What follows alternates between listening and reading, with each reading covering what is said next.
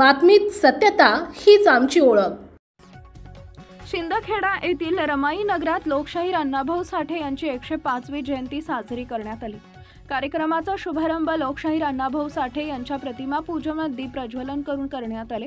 कार्यक्रमाच्या अध्यक्षस्थानी शिंदखेडा शहराचे एपीआय हनुमान गायकवाड होते, तर विशेष अतिथी माजी उपनगराध्यक्ष प्रकाश देसले, विकास सोसायटी संचालक रमेश भांबरे, माजी नगरसेवक चेतन परमार, जिल्हा चिटणीस प्रवीण माळी, भाजपा युवा मोर्चाचे जिल्हाध्यक्ष सूरज देसले, भाजपा शहर अध्यक्ष संजय कुमार महाजन, माजी पंचायत समिती सदस्य प्रकाश चौधरी, गुलाब सोनवणे, भाजपा शहर उपाध्यक्ष मिलिंद पाटोळे व Raju Shirsat, police head constable Anand Pawar, police constable Chetan Mali यांची उपस्थिती होती।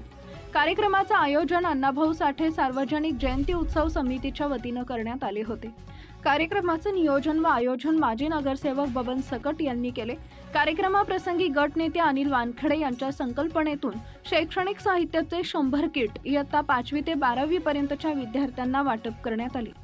प्रसंगी प्रवीण माळी, संजय कुमार महाजन, प्रकाश चौधरी व एपीआय हनुमान गायकवाड यांनी मनोगते व्यक्त केली। यावेळी शहर उपाध्यक्ष बबन सकट, किसन सकट, कचरू कसबे, जगन सकट, संजय सकट, शिवा पाथरे, भगवान कसबे, अर्जुन उमप, आधार सकट, शिवा कसबे, नाना रोकडे, भास्कर कसबे, नाना सकट, विजय पाथरे, नितीन सकट, मनोज उमप, शिवदास सकट, रवीन कसबे, रवीन पाथरे, दिनेश कसबे, ज्ञानेश्वर सकट, संजय उमप, हिरामन कसबे, करण उमप, प्रकाश सकट, अनिल पाथरे, दिलीप पाथरे, अर्जुन कसबे, पुना पाथरे, संजय कसबे, भूपेंद्र देवरे आदी उपस्थित होते। कार्यक्रमाचं सूत्रसंचालन प्रवीण माळी यांनी, तर आभार प्रदर्शन मधुकर लोंढे यांनी मानले। संपादक भूषण पवार। दुग्ध शर्करायुक्त योग निर्माण झाला असं म्हणायला हरकत नाही। 1 ऑगस्ट ही संपूर्ण देशाच्या लक्षात ठेवण्यासारखी तारीख निर्माण झालेली आहे।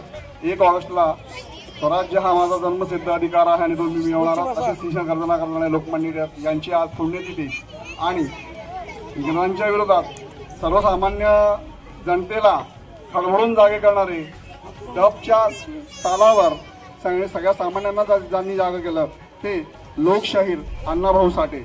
लोकशाहीर अण्णाभाऊ साठे यांचा पूर्ण नाव होते तुकाराम भाऊराव साठे। त्यांचा जन्म 1 ऑगस्ट 1920 झालेला आणि खऱ्या अर्थाने बघितलं तर आज आपण त्यांच्या जयंतीनिमित्त इथे जमलेलो आहोत। ज्यांना अण्णाभाऊ साठे हे एक पदवी म्हणून ओळखली दिली गेली आणि अण्णाभाऊ साठे नावानेच ते पूर्ण जगभर प्रसिद्ध झाले।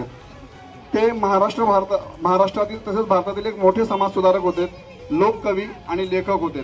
त्यांनी त्यांच्या कविता या जनमानसाच्या मनावर ठसाव्यात आणि दफाच्या तालावर त्यांनी त्या पूर्ण भारतभर गुंजवल्यात। सर्वसामान्य माणसाला अशी त्यांची भाषा होती आणि ती समजेल अशा भाषेतून त्यांनी लोकांना जागे केले। लोक अण्णाभाऊ साठे हे अस्पृश्य समुदायात जन्मलेले दलित होते। त्यांचे संगोपन आणि ओळख त्यांचे लेखन आणि राजकीय सक्रियतेचे केंद्रबिंदू होते। साठे हे मार्क्सवादी आंबेडकरवादी होते। सुरुवातीला त्यांच्यावर कम्युनिस्टांचा प्रभाव होता, परंतु नंतर ते आंबेडकरवादी बनले आणि दलित साहित्याचे संस्थापक जनक म्हणून श्रेय त्यांना दिले जाते। संयुक्त महाराष्ट्र चळवळीत त्यांची अतिशय महत्त्वाची भूमिका गाजवली गेली। ज्यावेळेस एका रशियाच्या दौऱ्यात त्यांनी संयुक्त महाराष्ट्राच्या चळवळीच्या निमित्ताने त्यांना जाणं मिळालं होतं, त्यांनी रशियामध्ये मराठीतून शाहिरी केली होती आणि डफाच्या आवाजावरती रशियामध्ये मराठीतून त्यांनी शाहिरी गायली होती।